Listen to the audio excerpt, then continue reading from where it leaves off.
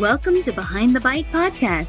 This podcast is about the real-life struggles women face with food, body image, and weight. We're here to help heal, inspire, and create better, healthier lives. Welcome. Well, hello, everyone. Thank you for all of you loyal and consistent listeners and subscribers to the show. I sometimes record the show and I have no idea who is out there listening and what you're thinking. So it really does mean a lot to me when you rate and review and subscribe to the show, like on Apple Podcasts. And I also really appreciate when you comment on my social media posts or send me a question or personal message about the show. And so I got to thinking the other day that because some of you do take the time to reach out, that I want to acknowledge you. I don't do this show because I'm making any money or profit off of it. I really just do it solely for anyone out there who's listening, because I'm hoping that I can spread the correct information and awareness about eating disorders and dispel any myths that are contributing to the toxic diet culture that's out there. And really just to help anyone out there who's struggling, so you're not alone, and really to give you the hope that you can absolutely recover. So if you are here listening, which absolutely means the world to me, I want you to know that I want to know what you want and need to hear on here. Because after all, this podcast really is for you. So message me. Let me know what you think of the show. Ask me questions. I'm going to start each show with your comments and your questions. So if you have something on your mind, let me know. And I found out that there's this nifty new voice message website, and I'm going to leave the link here on the show notes, and I want to mention it here. It's www.speakpipe.com/behindthebite. So you can go on there and you can actually voice record a message for me and just leave your question, leave your comments. And like I said, I want to hear what you have to say, and I'm going to start mentioning these things on the show. So this is kind of exciting for me to start doing that. But that being said, we are here today, and I don't know about you guys, but if someone would have told me 3 years ago that I would be sitting here today living my day-to-day life the way that I am, I probably would have looked at them like they had 10 heads. And you know what? Maybe your life hasn't changed as dramatically as mine has. But then again, that might be because I work in a field that has forever transformed as a result of the pandemic. And I know that is the case for so many of us who are mental health providers. And now that it has been some time since the start of the pandemic, I have with us today a guest who is here to reflect on and discuss more about how mental health awareness and treatment has been affected, and more specifically, get into a discussion about eating disorders in the pandemic. In her role as Chief Clinical Officer for Alana, Heather Russo is responsible for nurturing the growth and success of their clinical treatment teams and maintaining the integrity and efficacy of their adaptive care model's therapeutic dimension. Heather has served as a clinician and clinical leader in eating disorder treatment for 15 years. Most recently, before joining Alana in 2020, Heather served as the Regional Assistant Vice President of a multi-site national eating disorder treatment provider, where she focused on clinical consistency and the implementation of evidence-based practices. Heather has been a chair of several well-known associations, including the International Association of Eating Disorder Professionals in the Los Angeles chapter. And between work, school, and 3 kids at home, including 4-year-old twins, Heather says she doesn't have an abundance of free time, but she absolutely loves what she does. Well, Heather, welcome to the show. Thank you so much for having me. I'm excited to have this conversation with you. I am too. I have not had this topic on, and I know it's a big one. So let's kind of just get into it. Like, what have you seen, during the pandemic and I guess even now, at Alana with eating disorders, or just in general? Like, what's your take on things? Yeah, what do we make of all this, right? I think it's interesting when I take sort of a macro look and look back. I think about almost sort of pre-COVID and where we were as a treatment industry and how ready were we to begin with. And I think that there were a couple companies that were offering virtual treatment for eating disorders. Several companies, I think, had some online support for individuals that were struggling, whether they be sort of community kind of support groups or alumni groups.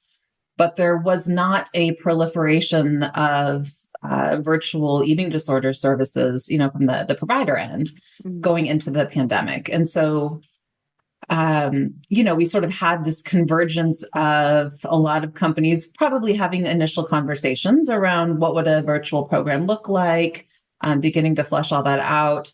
And, March, 17th of 2020, really needing to figure it out. Mm-hmm. And so, I sort of think about when the pandemic hit, there were folks who were mid-treatment. There were folks that were nearing the end of their treatment, or that were sort of in early recovery post-treatment. And then folks that were kind of cruising along just fine. And then were hit with all of the stressors and all of the dynamics that the pandemic brought. And the clinical picture looks really different for each of those kinds of groups of folks,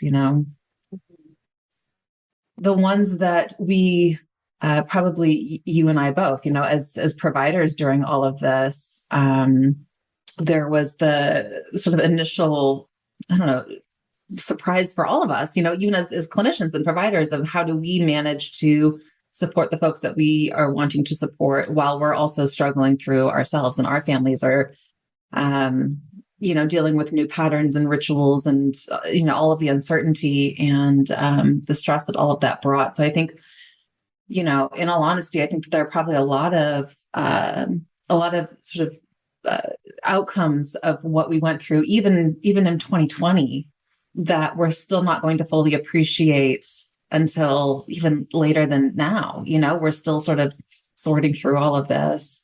Mm-hmm. I think that there's a lot to kind of like parse out there, but certainly we're still looking at the impact of all of this from both the provider side and the client side. Right. So, you bring up so many interesting points here that we could delve into, but I'm just curious, when that all hit, patients that were being seen, obviously in different levels of care in person, were they forced to no longer be seen in person because of the, pandemic, and because of maybe some restrictions that were placed on people being around each other, or what happened there?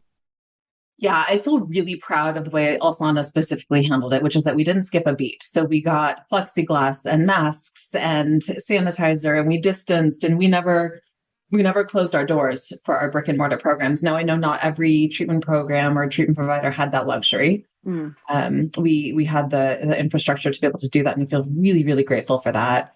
And so we've operated brick and mortar through the whole pandemic. Oh, wow. And that's been a heavy lift. And also, we've learned things along the way, as all of us have, right? What works, what doesn't work, what's practical and what's not.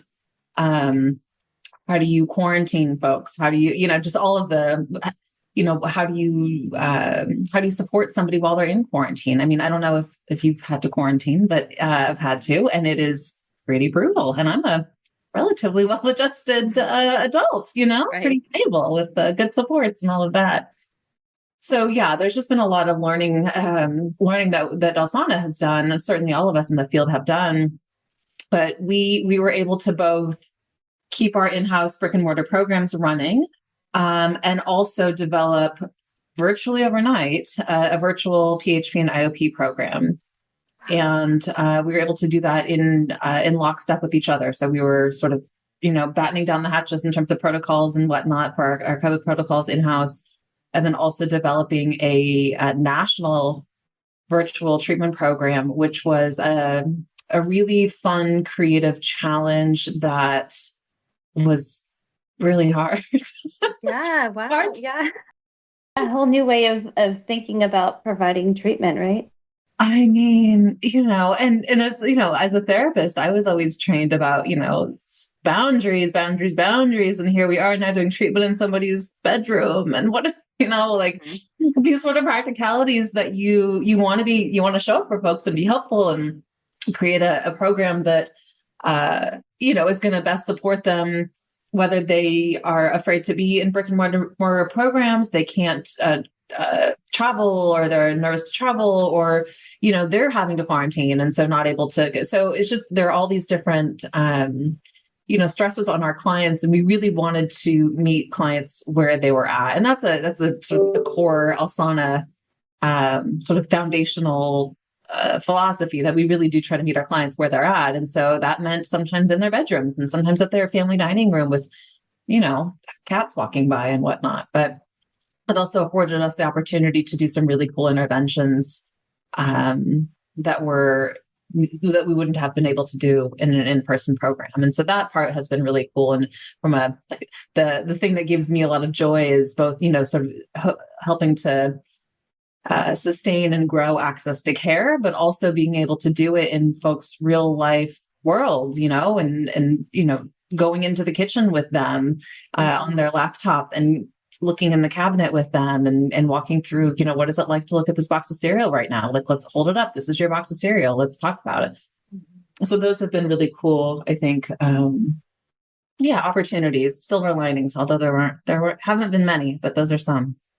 Yeah, I'm curious, like, I mean, that alone, just being able to do different types of things that you can't do when they're at Alana, right? Were there other things that you found that you were surprised that helped or worked that you hadn't done before? Yeah, one of the other silver linings was, the barrier to access support of others and family members.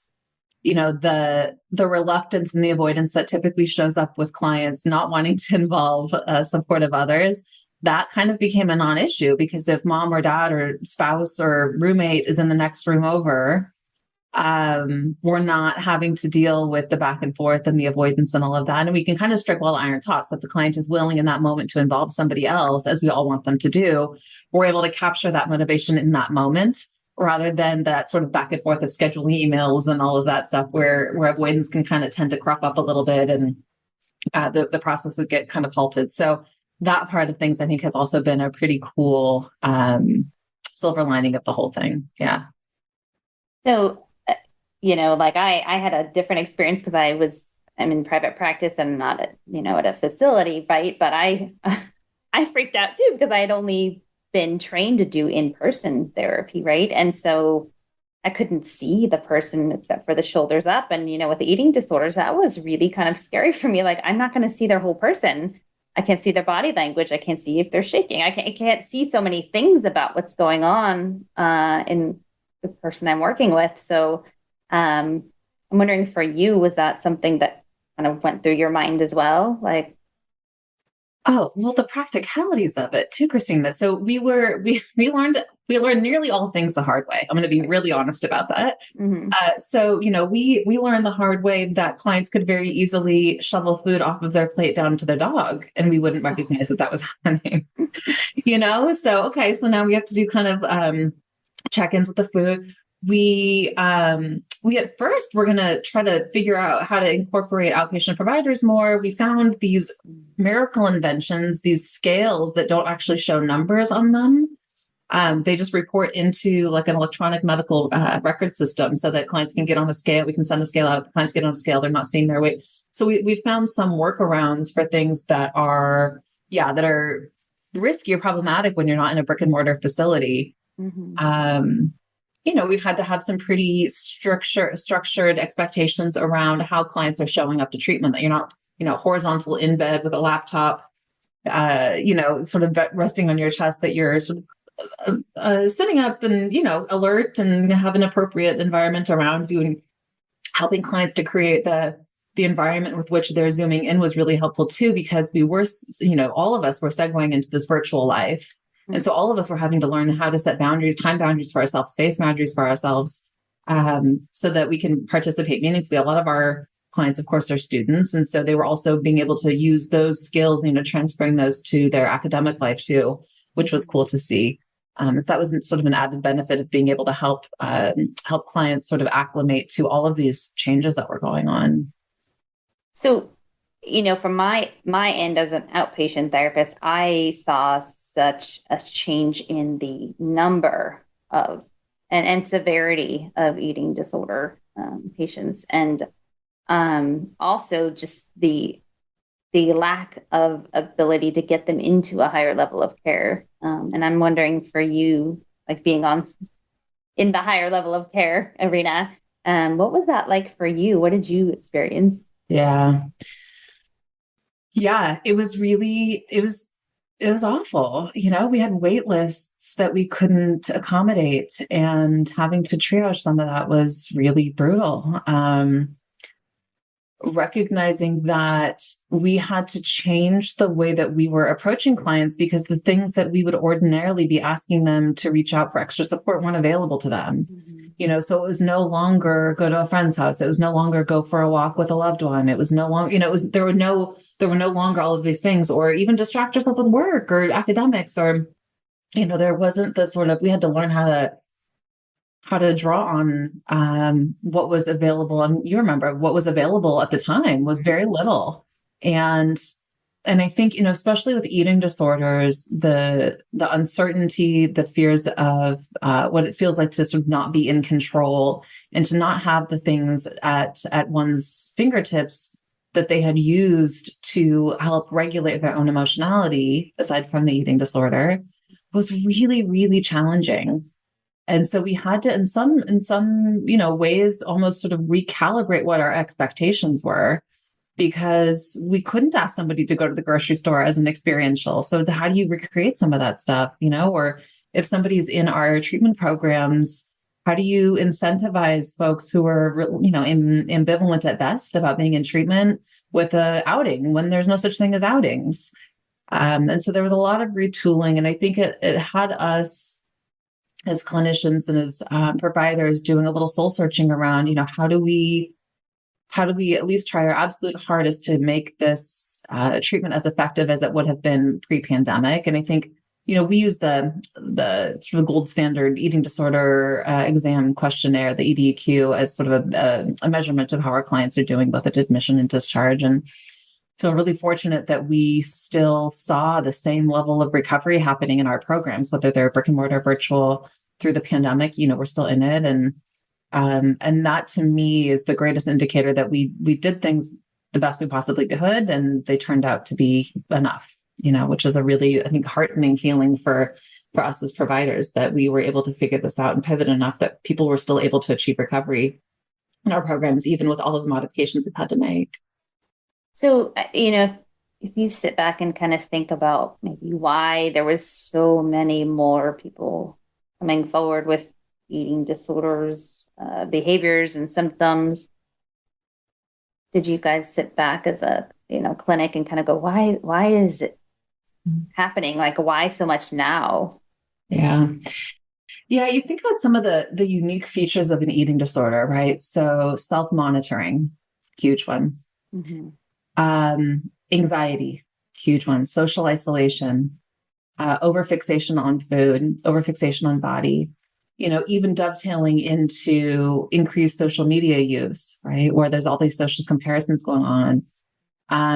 So all of that I think is so important to consider when we're thinking about eating disorders, and that huge uptick that we've seen in prevalence. And then you also have all of the depression and anxiety that are precursors to eating disorders being that much more ramped up. And so we know that eating disorders happen as an attempt to regulate oneself, right? One's own emotionality. And if you're staying within that window of tolerance and you're kind of cruising along just fine, you don't need an eating disorder. But if you're predisposed to anxiety or depression, or you're not, and this has just thrown you into, increased anxiety and depression, and eating disorder, along with substance use and self-harm and, all of those kinds of disorders, we know that there's going to be an uptick, right? That's a very predictable pathway for a lot of folks. And so it's of no surprise, but it's also just really heartbreaking because the access to care has not been able to keep up with the need. And so we're seeing, especially, if I'm honest, the adolescent population is tremendously underserved. And Alana, we don't even treat adolescents. This is, I think, hopefully a call to arms for for adolescent providers that can increase care. But, Alsana is one of the few programs that does treat all genders, that treats vegan clients. There are sort of populations of folks who really don't have the access to care that they need. And that's been for all of us, I'm sure those of you guys working at lower levels of care are struggling to figure out where to place somebody when their needs are exceeding what you can offer at an outpatient basis. It's a really, really tremendously difficult place to be in. Right. I mean, yeah, the more providers, the better. And, specialists are hard to come by, right? That alone too. And like I'm wondering for you for finding people to, discharge your patients to, was that also a challenge? Yeah, especially when, psychiatry specialists, even like support groups and whatnot. It's harder to find these kinds of resources. And I think it's also, I don't know if you're saying this, but what I've seen too is that, there's also sort of a different kind of reluctance to step into higher levels of care too. So you have this need, and there is an access issue, but then there's also an ambivalence piece because folks have missed out on so much life over the last couple of years. And so to check back out of life in order to pursue a higher level of care after they've already given up so much, after we've all given up so much, that's a really tough sell too. And so I think that there's, I don't want to not include that as part of the conversation too, that even though access is an issue, the motivation to pick up and uproot to go pursue higher levels of care is also, a real barrier. Right. With that, do you find that people are more open now since the pandemic to wanting to do virtual treatment than they've ever been before? Or do you think that that's something people are really kind of hesitant to do? Like, where do you think people are at with that? Yeah. I have an interesting sort of take on this, which is that, I think that the generation of folks that we tend to treat in eating disorder treatment programs, right? So eating disorder treatment programs, for better or for worse, they tend to be a younger crowd. There's definitely outliers, thank goodness. We have some variety in age and gender and all of that, but we tend to see a lot of young people, and these are young people who have grown up in front of screens. And so, we can sort of lament some of the impact of social media and electronics use and all of that, but these are also generations that are used to receiving services or engaging in a way that feels authentic and meaningful in front of a screen. And so we've seen that as a bit of a payoff. Now, for our older clients, that's not necessarily something that they're going to that's not what they've been raised with. We've seen some great successes in all age groups, but I do think that that's been an important piece.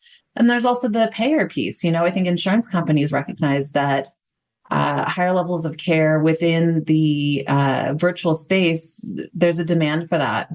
Rather than wasting 2 hours coming and going on the freeway back and forth to a treatment program, clients are wanting to be able to integrate mental health services into their day-to-day life, which I love.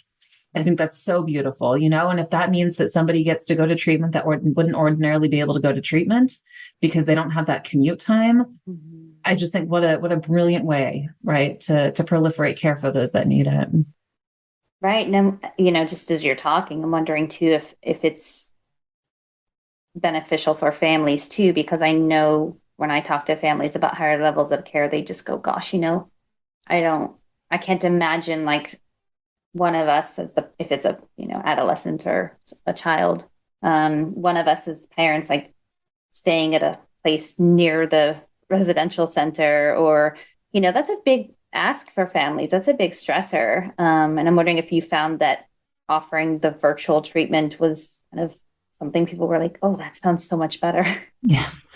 Absolutely. And I think for some folks, it's so stressful. Let's say the PHP level of care, to balance a PHP program with a job or school. And if you're kind of having to go back and forth, that's the opposite of for our clients, right? That's just more stress and more sort of hustle and bustle and less self-care. So yeah, there have been some folks that have really benefited from that. And it's not for everybody. And we know that. And of course, we still offer brick and mortar programs, at all the levels of care in all of our facilities. But we definitely recognize that for folks who are interested in those services, that they can be really, really beneficial. And we see great clinical outcomes from those clients. And it's just been a real, I think a real eye opener, especially for eating disorders. I don't know that there was, I think even in my own mind, if I'm honest, prior to COVID, I was uncertain about how that was going to go with eating disorders specifically. We were always sort of the unique snowflake of mental health of like, no, we have to eat with our clients and we have to see what they're eating and what their portions are. And we have to be,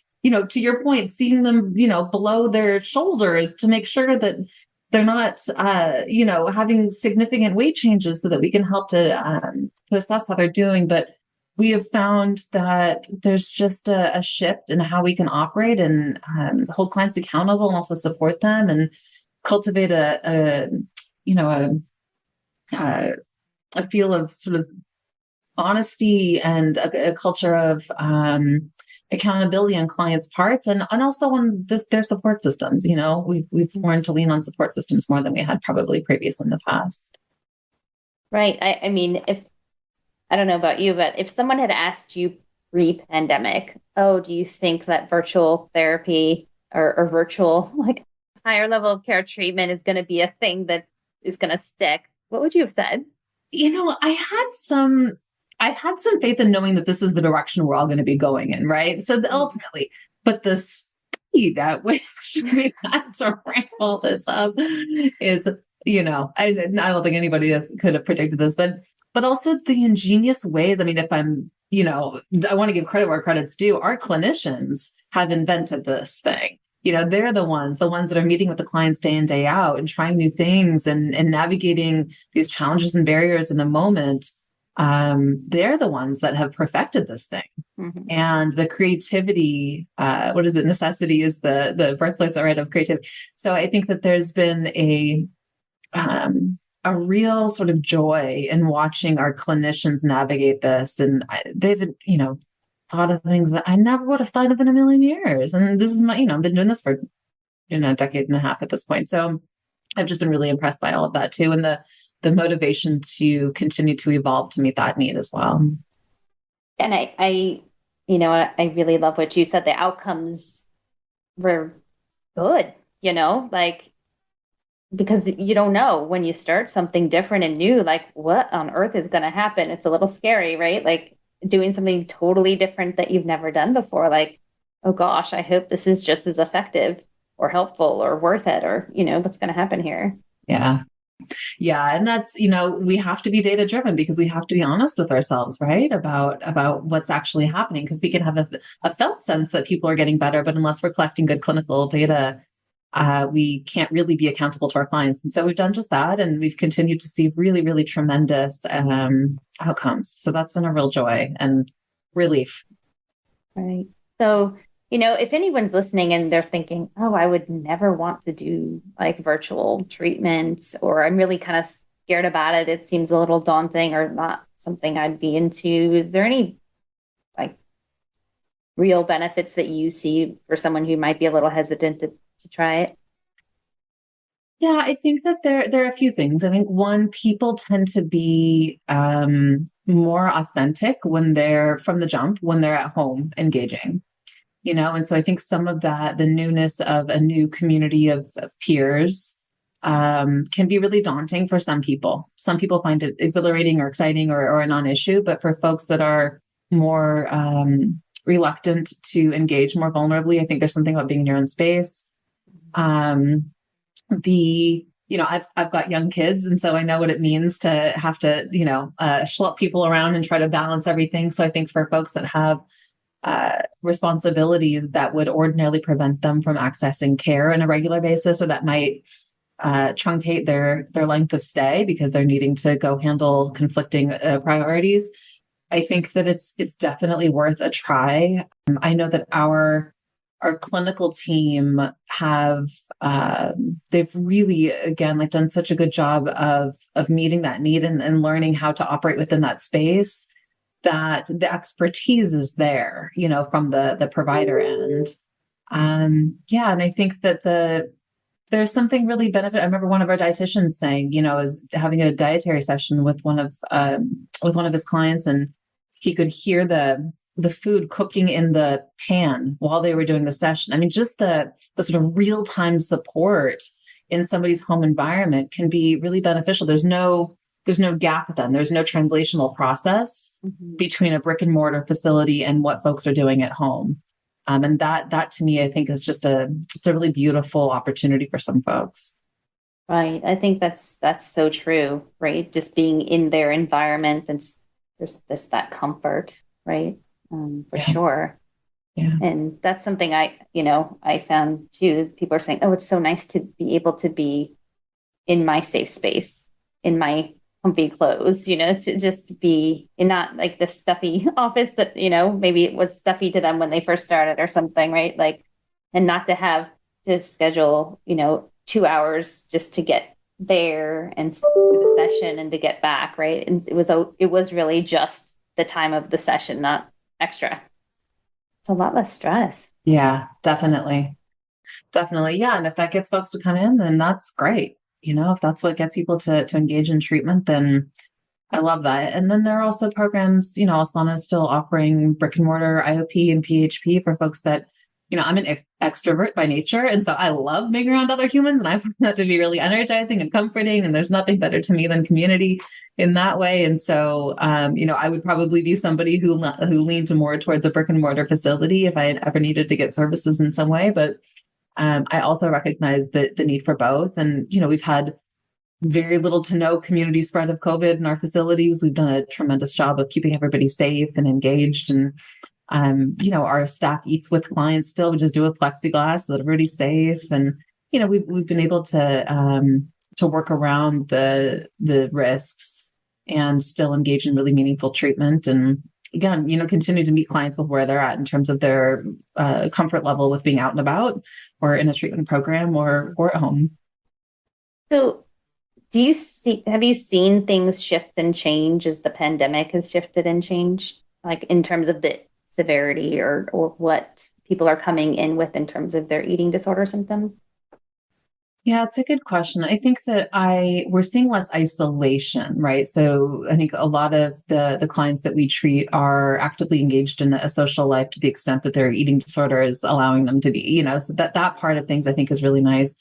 Where I think we're struggling still is, looking at weighing, I sort of mentioned this earlier, but weighing out the need for taking a leave, weighing out the need for spending time away from school or job when so many folks have had to do that, they were forced to do that because of the pandemic. And so that part of things, there's almost this sort of like rebound effect of, everybody has been so contained and so out of control with how their lives are looking, that to ask somebody now to give up some of what they're working on or doing at home or that they've got going on in life in order to pursue their own health, it's a really hard sell. Delaying school, which is sometimes required, that's a really hard sell for somebody who's spent the last 2-3 years in virtual classrooms. Just wondering your take on things. Do you think that, like you said, you had a big, long waiting list? Do you think that was by virtue of there was more awareness of mental health issues just in general? I mean, the pandemic really did, thankfully, that was one good offshoot, I think. Like, we talked about mental health issues more, and I don't know if people were more aware and then therefore more comfortable talking about what they were going through and seeking help. Or do you think really, like, the pandemic itself, there was something about it that people, if they had eating disorders, maybe before, they kind of got triggered and they came back, or, there was something about it that eating disorders became more prevalent during the pandemic? Yeah, I think yes to all of that. So I definitely think that we're now in a time where folks are so hooked into social media, for better, for worse. Again, there's a lot of mental health focused social media now, right? So reducing stigma, folks talking about their own struggles. And so I think part of it definitely is a growing awareness and acceptance that mental health is a health issue, and that we can talk about these things, and that there are resources out there. There's thousands of testimonials on YouTube about somebody's mental health struggles, and sort of giving language to all of that. There's so many different avenues. celebrities talking about their own, experiences and whatnot. So I think that's definitely part of it, just in terms of both the stigma and also the awareness, giving people language for it. But then also when we talk about the character profile of folks struggling with an eating disorder, again, somebody who's really struggling to manage their own anxiety or depression and are looking for a sense of relief. Well, gosh, the pandemic caused anxiety and depression for all of us. And so when we think about people who are predisposed to an eating disorder or who, have that unfortunate convergence of all these factors, of course, right? Of course, we're going to see more suffering, more struggling. Of course, we're going to see people engaged in more self-monitoring and introspection and self-awareness than body awareness than maybe they would have, and reclaiming a sense of control when the world got out of control. All of us, right, were wanting and craving for a greater sense of control. And when the only thing you can control is what you're eating, what your body looks like, how you treat your own sort of health, then of course that becomes really, really attractive and, quite frankly, a really probably effective distraction tool when everything else seems to be crumbling around. And now we don't want that for anybody, but we know that eating disorders do serve a purpose, right? Otherwise, people wouldn't be, unfortunately, falling prey to them. So yeah, I think all of those things happened. And I also think that, perhaps for some folks, they've been putting off treatment and this was the time to do it now that they didn't have school and work commitments, or, there certainly could be a small population of folks who capitalized on the sort of slowing down of things in order to take care of their own health. Right. No, as you said, lots of different factors that led to all this. And, I personally think it's fantastic that there was more awareness about mental health issues. So the more we talk about it, I think the better. And I appreciate you talking about how there's more availability of treatment just because there's been this open door to virtual treatment, right? There's more availability, there's more access. I think that is one thing that's been a benefit. So yeah. sure. Yeah, and to get payers to sign on too, that they'll be covering these things is just a really solid step in the right direction, I think, for where we really ultimately need to go, which is to elevate behavioral health care to the same level that medical health care is elevated, and to increase access and reduce stigma and to increase evidence-based practices and quality care across the whole country. I mean, there's still a lot of work to be done. And in some ways, I think COVID has hyper-sped up some of our growth in that area. There are, of course, monumental backslides, right, in terms of the mental health of Americans. But in some respects, hopefully, my hope is at least that some of that infrastructure is now in place that we can continue to build on. Right. And I just kind of tangential to that. So, virtually, if somebody's not in your state, how did that work? How does that work for you with virtual treatment? So complicated. Yeah. So the early parts of the pandemic, and actually, for a good solid, probably year and a half, 2 years, states had relaxed their protocols. So folks could, as long as there are executive orders in place, folks could operate across state lines in order to increase access to mental health services, which was really great. Mm-hmm. And so we operated in that way. In the meantime, I can't speak to other providers, but what Alana was doing is steadily getting their clinicians licensed in multiple states, which is exactly what you have to do. It's a logistics nightmare in terms of paperwork and application fees and all the, getting everything else submitted. But ultimately, that's what you have to do. Okay. Yeah, I was just curious because I know it's shifting and changing, and that was something that was, I wish it would have stayed personally. Yeah, it was. Yeah, we were all sort of, manically looking out for the executive order end dates and extensions and all of that, because we just knew that this meant people getting access to care or not. And so it was just the sort of feverish process of making sure that we could stay operational and meet the need. And we worked quite a bit. We definitely capitalized on our ability to do that, and got a lot of people the support, the recovery support that they needed. That's great to know. So anyone listening? Yes, if you need tips. Right. We learned all the things the hard way. So happy to share any wisdom. Yeah. Well, so if anyone does want to know more about the treatment Alsana offers or, find you, how can they do that? Yeah, our website is, of course, a great first stop. But folks can always reach out to me directly, any of our leadership team directly. We are team players and want everybody to help increase access to care and help everybody succeed in their recovery trajectory and their process. And so whatever we can do to help boost the whole industry and the field, we're really happy to do. So yeah, I would definitely encourage for anybody that has other questions or wants to connect to reach out to me directly. And yeah, I'd be happy to connect. Awesome. Well, Heather, thank you so much. This has really been a good conversation. It's been long overdue and just really appreciate it. So, and I hope anyone listening who's just wondering how to access care virtually, maybe you're in a rural area or something, just know it's available. So It's available. Yeah, take advantage. All right. Well, thank you again so much. Really appreciate your time. Thanks, Christina.